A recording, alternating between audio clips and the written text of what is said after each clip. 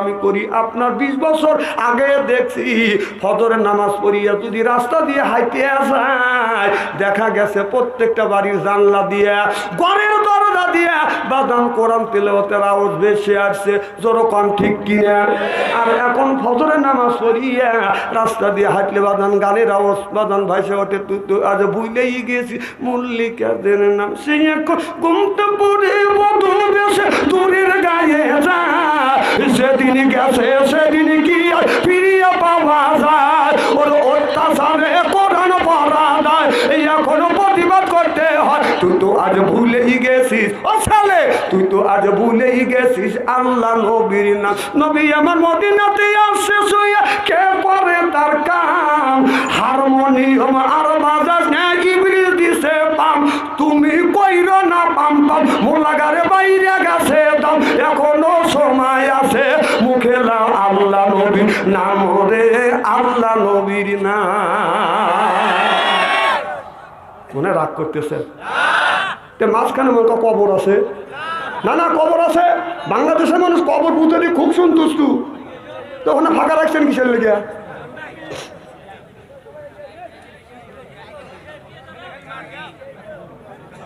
হায় রে মানুষ রে,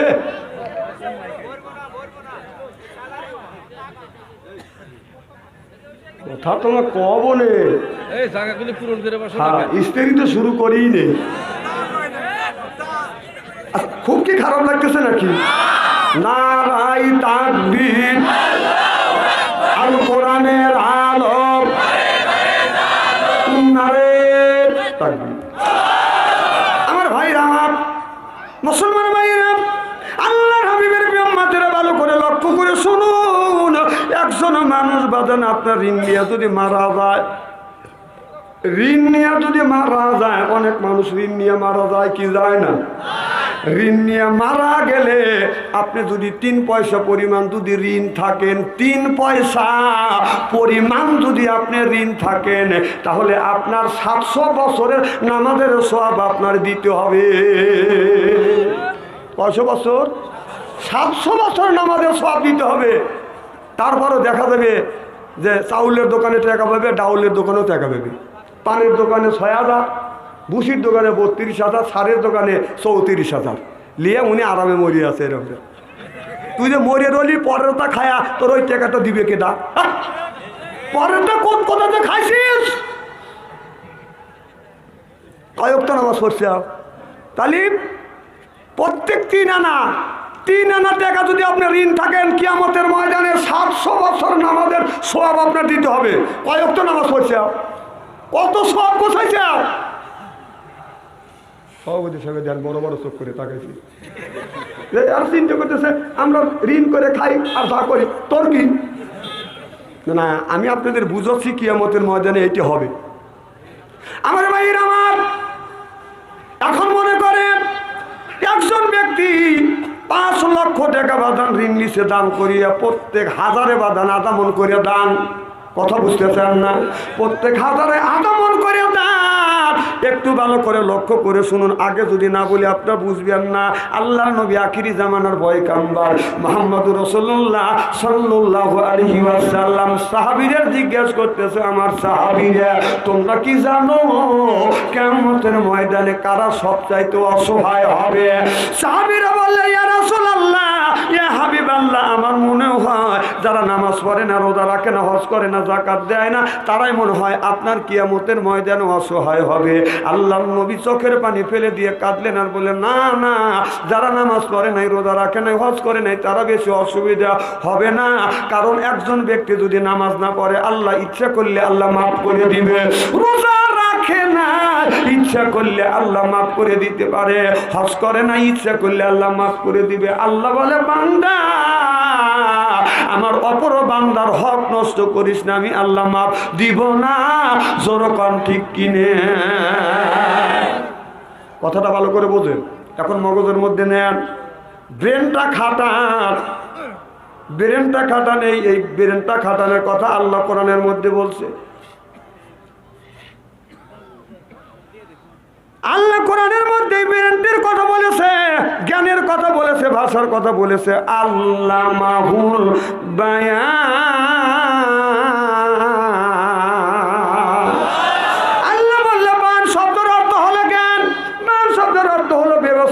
বান শব্দের অর্থ হলো বাদান চেতনা, বান শব্দের অর্থ হলো প্রজ্ঞা, বান শব্দের অর্থ হলো বাদান মেঘা, বায়ান শব্দের অর্থ হলো বাদান ভাষা।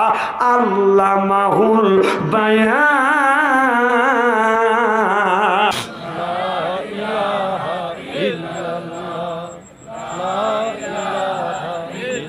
বাস থামেন থামেন থামেন বাবা থামেন, আমি বুঝি তো আপনারা এতগুলি মানুষ যেভাবে লা ইলাহা ইল্লাল্লাহ ধাক্কা মারছেন, আমাদের সাজাদপুরে 3 জন মহিলা যদি ঝগড়া করে,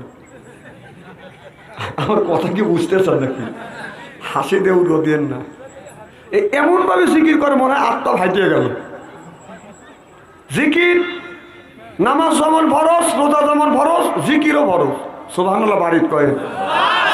আপনাদের একটা অভ্যেস আছে, পাশে মা বোনেদের প্যান্ডেল আছে তো আস্তে কথাই বল, মা বোনেরা জানি শোনে না, কারণ গুণ হবে, বোঝেন না। আল্লাহ বলছে যে পুরুষ জোরে জোরে কথা বললে অসুবিধা নাই, একজন আর একজন শুনলে অসুবিধা নাই, মহিলা শুনলে অসুবিধা নাই। আর মহিলার কথা অন্য পুরুষ শুনলে গুণ হওয়ার সম্ভাবনা আছে। এখন আমরা উল্টোটা হয়ে গেছি, মহিলারাই জোরে জোরে ডাকে কথা বলে, আর পুরুষ খুব চুপচাপ নীরব হওয়া যাবেন। এখন ঠিক তো ঠিক কয় লিখবে, এখন যে আমি স্টেজে উঠছি। তাহলে জিকির দাঁড়ায়ও জায়েজ, বসেও জায়েজ, শুয়াও জায়েজ। তো একটা দিনও তো দেখলাম না যে মসজিদে জিকির করতে করতে অজ্ঞান হওয়া গেল, বাড়ির দাঁড়া থেকে জিকির করতে করতে অজ্ঞান হওয়া গেল, আপনাকে উল্লাপাড়া হাসপাতালে নিয়ে গেল, এটা তো দেখলাম না। কিন্তু বাবার বাড়ি গেলে তো লুঙ্গি আসলেই ঠিক থাকে না। তাহলে বোঝা যাচ্ছে এই জিকিরটা আল্লাহকে খুশি করবার জন্য না, জিকিরটা করা হচ্ছে বাবাকে খুশি করবার জন্য। যেরকম আজকের জিকির বাবাকে খুশি করবার জন্য না, আজকের জিকির হবে আল্লাহকে খুশি করবার জন্য। যেরকম কাকে জিকির করুন লা ইলাহা ইল্লাল্লাহ। ভাই এইটা টানে না বেশি। লা ইলাহা লা ইলাহা লা ইলাহা আসিয়া পদে প্রেম খেলা, পেরামন দেয় তাদের কতই জ্বালা। আল্লাহ রাজস্ব থেকে হুকুমে এলো কুইলা দেও স্বর্গের তালা। লা ইলাহা লা ইলাহা লা ইলাহা ইল্লাল্লাহু মুহাম্মাদুর রাসূলুল্লাহ। লা ইলাহা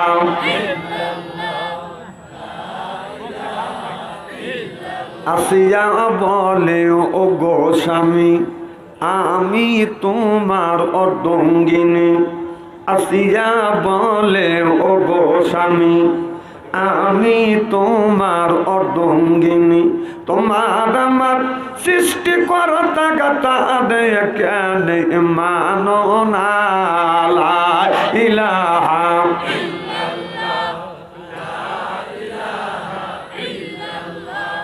লা ইলাহা লা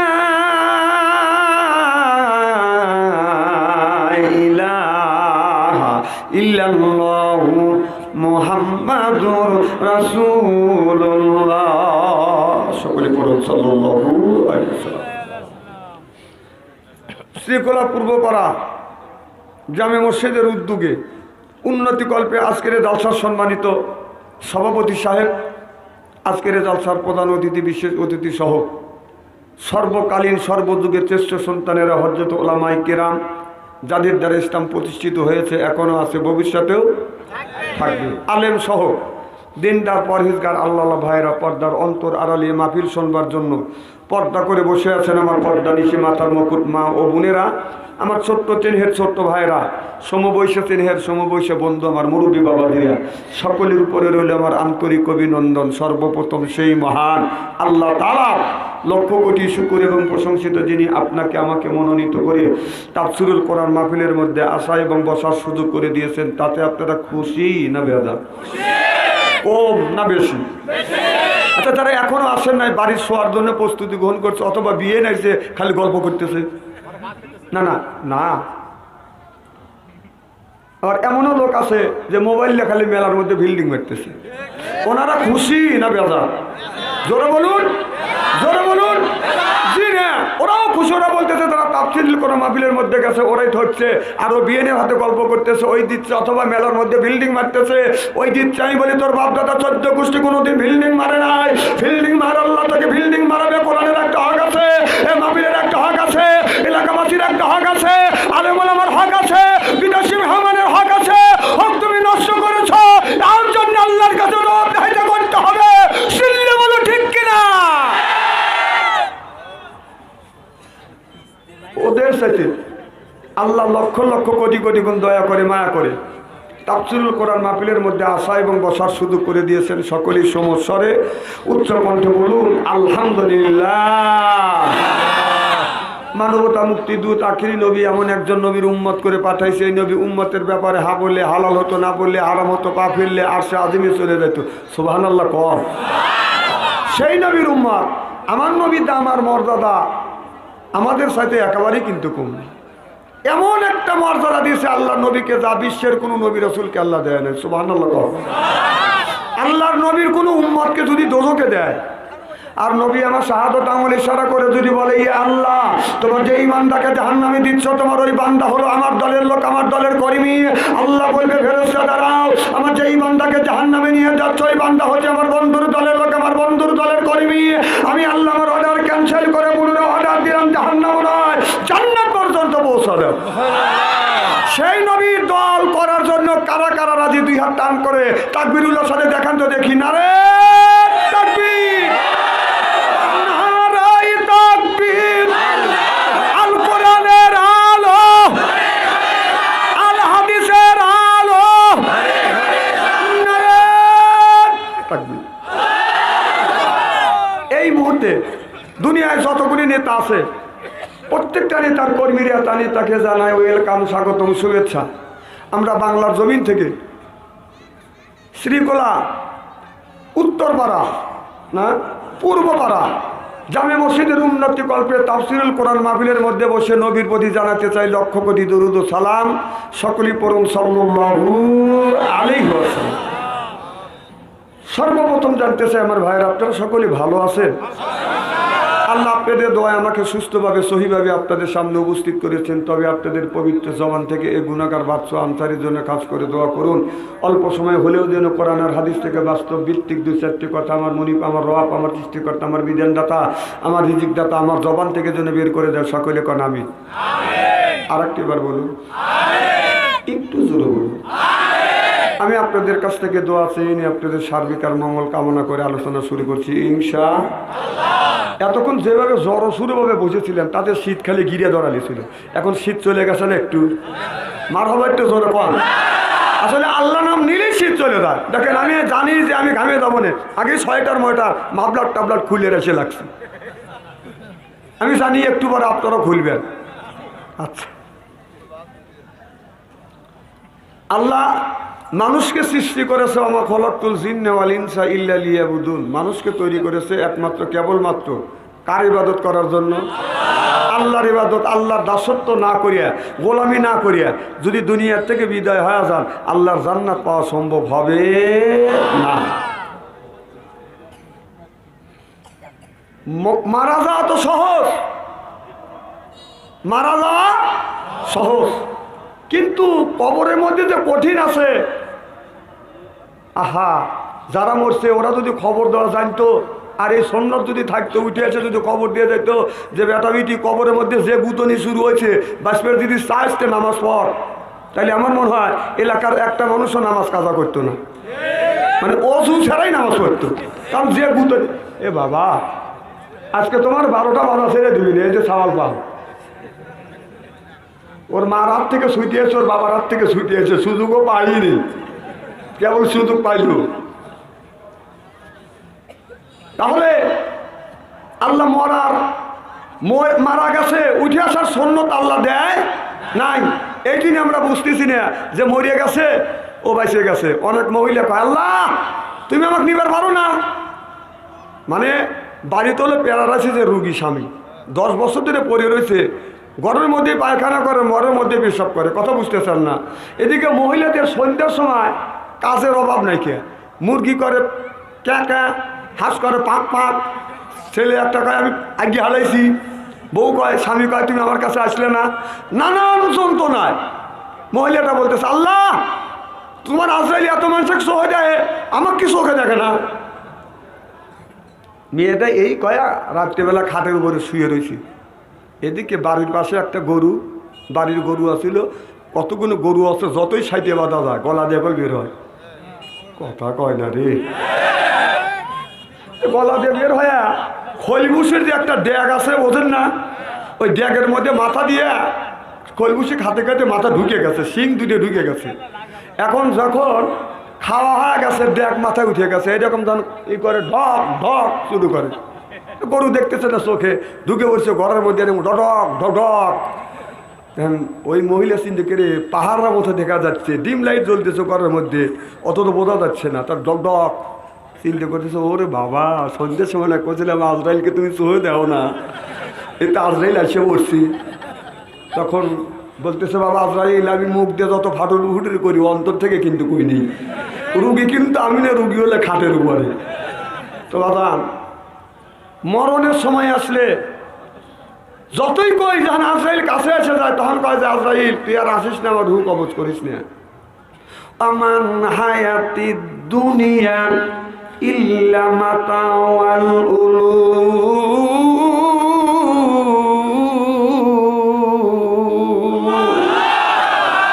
এই দুনিয়াটা বাজারে, এই দুনিয়াটা বাদান ধোকা, ক্ষণিকের জন্য বাদান ধোকার মধ্যে আমরা পড়ে গেছি। কারণ সুদ আমাদের ছাড়ে না, মিথ্যা কথা আমাদের ছাড়ে না, খেতে গেলে মাথা ঠিক থাকে না, না কোদালের মাথা খারাপ হয় না মানুষের মাথা খারাপ হয়, ঠিক আমি বলতেছি কোদালের মাথা খারাপ হয় না মানুষের মাথা খারাপ হয়। বাহ, এটা এইভাবে বললি তো ভালো। আমার ভাইয়ের আমার মিশে মিশে দুনিয়ায় আসছি, একদিন বাদান চলে যাবে। বাদান মিশে মিশে দুনিয়া, এটা হলো বাদান মিশে মিশে দুনিয়ায় 2 বছর আপনি আপনার 50 বছর 60 বছর 100 বছর বাদান বেঁচে থাকবেন, কিন্তু 100 বছরের মধ্যে বাদান আপনার এই দুনিয়ার থেকে 100 বছর পরেও হলো কুল্লু নাফসিন যায়কাতুল মাউত, মরণের হাত থেকে কেউ বাঁচাও না বাদান, বাঁচা সম্ভব না, কেউ বাঁচতে পারবে না। আবু জেহেল আদম থেকে শুরু করে এ পর্যন্ত একজন মানুষকে আপনি আজরাইলের হাত থেকে বাদান বেঁচে আছে এরকম প্রমাণ পাওয়া যায় না। আবু জেহেল তো কম জ্ঞানী ছিল না, জ্ঞানীর পিতা যাকে আবুল হেকাম বলে বাদান ঘোষণা করা হইতো, তিনিও বাদান এখন পর্যন্ত আজরাইলের হাত থেকে কেউ বাঁচে নাই। বাদান বাঁচা সম্ভব নাকি? কোন সম্ভব? মরতে হবে। গোটা জিন্দেগির জীবনের হিসাব গুণে বাদান তিল তিল করে দিতে হবে। এই দুনিয়া আসিয়া লয়তানি শয়তানি চুরি ডাকাতি বদমাশি সন্ত্রাসী চাঁদাবাজ জোরদার মুল্লুক তার পালকি যার বউ তার এমন একটা অসভ্য সমাজ বাদান তৈরি করি যদি থাকে গায়ে শক্তি, কথা বুঝতেছেন না? যার আছে গায়ে বাদান শক্তি, বাদান আপনার গরিবের উপরে যা গরিব মানুষ কয় আমাকে কক ভক্তি, কথা কন্যাকে যার আছে বাদান গায়ে জোর, বাদান যে জোর যার মুল্লুক তার পালকি যার বউ গুণী তার, যার বাদান যাদের গোষ্ঠীর জোর আছে, যাদের আছে বাদান আপনার গোষ্ঠীর জোর লাঠির জোর, এইরকম লোক আছে না নাই? বাদানের যদি যদি পায় নরম তার উপরে দেখায় বাদান গরম, প্রতিপক্ষ যদি হয় বাদান শক্ত হুট করে হয়ে যায় ওই লোকটার ভক্ত, ওই লোকটা প্রতিপক্ষ শক্ত করে মারবে থাপা, ওই লোকটা হাত ধরে ও বাবা ও বাবা ও বাবা। আমার ভাইয়ের আমার সত্তর ভক্ত নরমের সব কথা কন বাদান, কত মানুষ দুনিয়ার থেকে বিদায় হয়ে গেল। এই দুনিয়া হলো মিশে মিশি দুনিয়ায়, কেন আপনি মারামারি করবেন, কেন আপনি কাটাকাটি করবেন, কেন পরের ভোটটা আপনি চিন্তাই করে নেবেন। এখন আপনার কি অবস্থা, কথা কন না কে? না না আমি ওই কথা কি বলতেছি নাকি, কথায় প্রসঙ্গে একটা আছে সেইটা একটা বুঝনের জন্য ধারণা দিছি। আমার ভাইয়ের আমার মুসলমান ভাইরা, আল্লাহর হাবিবের প্রিয় উম্মতের ভালো করে লক্ষ্য করে শুনুন, ছোটবেলা ছোট ছোট ছেলে মেয়েরা বাজান খেলাধুলো করছে, এক সময় আমরাও করছি। বউ বউ কথা বুঝতেছেন না? আমি একদিন বাড়িতে জানলা খুলে শুয়ে আছি, আপনার ছোট ছোট ছেলে মেয়ে বাজান খেলাধুলো করতেছে। ছেলে হয়েছে স্বামী আর মহিলা হয়েছে বাজান বউ। কথা বুঝতেছেন না? কথা বোঝে না রে। এখন 4-5 জন মহিলা মিশামিশি খেলা খেলতেছে, দুলাবালি দিয়ে বাজান কুরমা কোলা বানাইছে। বলে স্বামী ডাক দে, বলে এবার বউটা ওই মহিলাটা ডেকে বলে তুমি কি বাজারে যাবে না? বাজার ঘাট যদি না করো কি রান্না করবো, কি দুপুরে খাবে না? দাও ব্যাগ দাও। এখন আপনার একটা পলিথিন ধরা দিছে। আমি বললাম দেখি সত্যি বাজারে যায় কিনা। এখন দেখি না না, আপনার গাছের নিচ দিয়ে ঘুরে কিছু লতা পাতা বাজার নিয়ে আসে কয় আপনার বাজারে আগুন ধরে গেছে, পেঁয়াজ কেনা যায় না, সরকারের মাথা খারাপ হয়ে গেছে। এই কথা কি বুঝতেছে আমার ভাইয়ের? আমার ছেলেটা বলতেছে বাজারে যাওয়া যায় না, তরি তরকারিতে আগুন, পেঁয়াজ কিনতে গেলে দাম বেশি, মরিচ কিনতে গেলে দাম বেশি। বড় ছেলেটা বিদেশ গেছে, টাকা পয়সা পাঠা নাই, এখন টাকা পয়সা কোনে পাবো? ও কথাগুলি বলতেছে সত্য না মিছে? হায় রে আল্লাহ রে, আমি বুঝোই কি আর বোঝে কি? এটা করে মিশে মিশে খেলা। কি খেলা? ওই ছোট বড় ছেলে বিদেশ গেছে, টাকা পাঠা না, আসলে সত্য না মিছে? মিছে। তারপরে বলতেছে হাত পা ধুয়ে এসে খায় নাও, বাজারে গেছিল অনেক কষ্ট করছে, এখনো হাত পা ধুবের লেগে আমি চিন্তা করি মুখা টিউবওয়েলে দেবে, এখন টিউবওয়েলে না, উঠোনে যাইয়া ওই জায়গায় এরকম করে হাত পা ধুয়ে এসে কাজে খাবার দাও, খাবার দিছে। আপনার যখন দুলাবালি কোরমা কলা দিছে, এইটা খায়া বাহ খুব মজা হয়েছে। আমি আপনাদের বলতে চাই মজা হয়েছে না মিশামিশি? আল্লাহ এই কথাটাই বলছে, আমান হায়াতি দুনিয়া ইল্লা মাতাওয়াল গুরুর।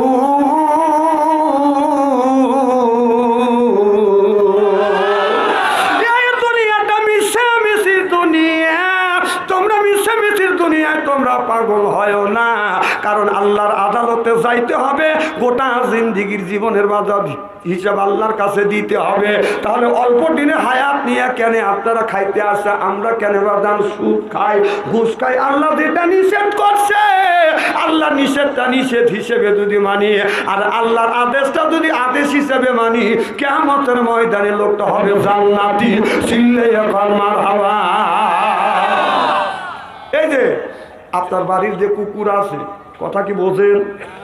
কুকুর আছে, এই কুকুরকে আমরা কি দিই? এঁঠে ভাত, একটু কাটা আর একটু জুতো অথবা হাত দিই, এই কুকুরে এটা খায়া মালিককে বলে মালিক রে তোর সাথে আমি বেইমানি করব না, কারণ তুই আমাকে হাত দিয়ে কাটা খাওয়াইছিস, এঁঠে ভাত খাওয়াইছিস, তুই ঘুমা, আমি সারা রাত তোমার বাড়ি পাহারা দিব। মালিক ঘুমায়, আর ওই কুকুরটা সারা রাত বাদান পাহারা দেয়। যদি একটা মানুষ বাড়ির পাশ দেওয়া যায়, ওই কুকুর দমক দেয়, বুঝায় কে তুমি? কথা কয় না রে, কারণ কথা বলতে হবে এখন বাস্তবে নিরীক্ষে, নইলে বাংলাদেশের মানুষ বোঝে না, কারণ বিজ্ঞানের যুগ। বিজ্ঞান এত দূর চলে গেছে, হাতের প্রত্যেকটা মানুষের হাতে জাহান্নামের ঘড়ি দিছে, সেটা হলো স্ক্রিন টাচ মোবাইল। এই স্ক্রিন টাচ মোবাইল একটা মানুষকে জান্নাতে নেওয়া সহজ, আর জাহান্নামে নেওয়া আরো সহজ। সব ওয়াজ করবো না, খুব খারাপ লাগতেছে মনে হয় আমার ভাইয়ের আমার। আপনি খাবার খাওয়াইলেন, আপনি হলো মালিক, উল্লাপাড়া শহরে গেছেন আপনি বাজার করার জন্য, আসতে আপনার রাত 10টা হয়ে গেছে, কুকুর ঘুমায় না, আপনার ছেলেও ঘুমাইছে, আপনার মেয়েও ঘুমাইছে, আর বউ চিন্তা ভাবনা করতেছে না স্বামী তো আসবিনি। যখন ওই কুকুরের মালিক যখন বাড়িতে আসছে, কুকুরটা মালিককে দেখিয়ে দৌড়া যাওয়াদান তার কাছে যাইয়ে মাথা টানিয়ে এইরকম করে তার মাথা তার কাছে যায়, এরকম করে গোজ দেয়, আর নেজ দিয়ে এইরকম করে ওয়েলকাম জানায়, থ্যাংক ইউ, ওয়েলকাম, স্বাগতম। কথা কয় না রে। এরপরে আবার যদি আপনি উল্লাপাড়া বাজারে যান, রাত যদি 12টা হয়, বউ ঘুমায় ছেলে ঘুমায়, মেয়েও ঘুমায়, কুকুর কিন্তু ঘুমায় না। আমার মালিক কই গেল? কারণ আমার মালিক আমাকে ভাত খাওয়াইছে, এরপরে হাড্ডি কাটা জুতো গুনি খাওয়াইছে। মালিক তো আসে না, কুকুর দরজার কাছে বাজান বসে থাকে। ওই মালিক আপনার রাত 12টার পরে উল্লাপাড়া বাজার থেকে আসতেছে, অন্ধকার রাত, চোখেও দেখা যায় না, তারপরে ঘন কুয়াশা, তারপরে মালিকের মাফলার দিয়া এই মুখটা ঢাকানো, চাদর দিয়া মাছ দিয়া মুখটা ঢাকানো, কুকুর চিনতে পারে না। মালিক যখন বাড়ির মধ্যে প্রবেশ করছে, কুকুর মনে মনে চিন্তা করতে, এটা মালিক না চোর। পরীক্ষা করবার জন্য কুকুর তখন বলতেছে, বক কে তুমি? তখন মালিক কয়, এই রাত। বকের মানে কি? বকের মানে হলো আমার মালিক বাদ নাই, তুমি কে, কেন ঢুকছ? আর রাখের মানে হলে রাখ, আমার বাড়ি থাকিস, আমার হাড্ডি কাটা খাস, আর আমাকে কষবো। কুকুর দেখছে এ না আমার মালিক। তখন কুকুর চিন্তা করছে মালিকের সাথে আমার বেয়াদবি হয়ে গেছে। এই কুকুর দৌড়া যাইয়ে দেখবেন মালিকের পায়ের কাছে মাথা নিয়ে নেজ নাড়াইয়া বলে, আই এম সরি, আমি আপনাকে চিনতে পারি নাই মালিক, আপনি আমার মাফ করে দেন, আই এম সরি। চিল্লাইয়া কর ঠিক কিনে? আপনার মালিকের কাছে ভুল করিয়া মালিকের কাছে ক্ষমা চাই, মাফ চাই। আর আমরা এই দুনিয়ায় আল্লাহর জমিনে বসবাস করি, আল্লাহর নাজ নিয়ামত খাই। আল্লাহ আমাকে কত নাজ নিয়ামত দিয়েছে, আল্লাহ দিয়েছে বাদান দে কত রকমের বাদান খাবার। আল্লাহ বললে, বান্দারে আমি দিছি, তোমরা হলো আমার বান্দা, তোমরা হলো আমার দোস্ত, এই জন্যই খাওয়াই তোমাদের নানান রকমের গোস্ত, এরপরে কত রকমের মাছ, বিভিন্ন রকমের ফল, এরপরে কোরআন শরীফ পড়ে দেখি সুরত, কোরআন শরীফ পড়তে দেখি সুরার শেষে সুরা নাথ। খাবার যখন বেশি হয়ে যায় 2 হাত দিয়ে নিষেধ করি, আর দিয়েন না, বাস বাস বাস। তাহলে আল্লাহ বলে, বান্দা আমার জমিনে বসবাস করো, আমার নাজ নিয়ামত খাও, আমার শুকরিয়া আদার করা বাদ দিয়ে তোমরা কেন আমার দাসত্ব করো, আমার গোলামি করিয়া আমার গোলামি করো না।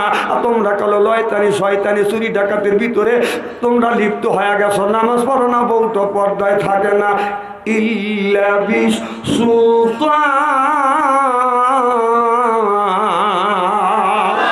আল্লাহ বলে, বান্দা নামাজ পড়িস নেই, আমি কিছুই বলবো না, রোজা রাখিস নেই, কিছু বলবো না, বউকে পর্দায় রাখিস নেই, কিছু বলবো না, তুই আমার জমিনের উপর থেকে আর আকাশের নিচ থেকে বের হয়ে যাও।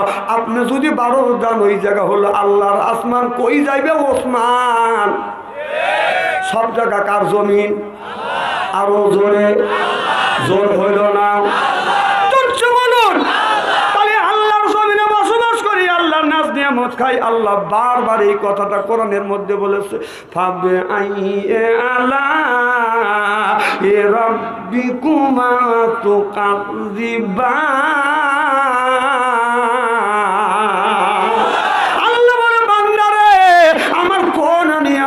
অস্বীকার করবে, আমার কোনো নিয়ামত অস্বীকার করতে পারবে না। এই জন্য আল্লাহর খাবো, আল্লাহর পড়বো, আল্লাহর জমিনে বসবাস করব, আর আমরা আমার আল্লাহর গোলামি করবো। জনগণ ঠিক কিনে? আর আমরা আল্লাহর গোলামি বাদ দিয়ে বাদান আমরা মানুষের গোলামি করি। আপনার 20 বছর আগে দেখছি ফজরের নামাজ পড়িয়া যদি রাস্তা দিয়ে হাইতে যায়, দেখা গেছে প্রত্যেকটা বাড়ির জানলা দিয়া, ঘরের দরজা দিয়া বাদান কোরআন তিলাওয়াতের আওয়াজ বেশি আসছে। জনগণ ঠিক কিনা? আর এখন ফজরের নামাজ পড়িয়া রাস্তা দিয়ে হাঁটলে বাদান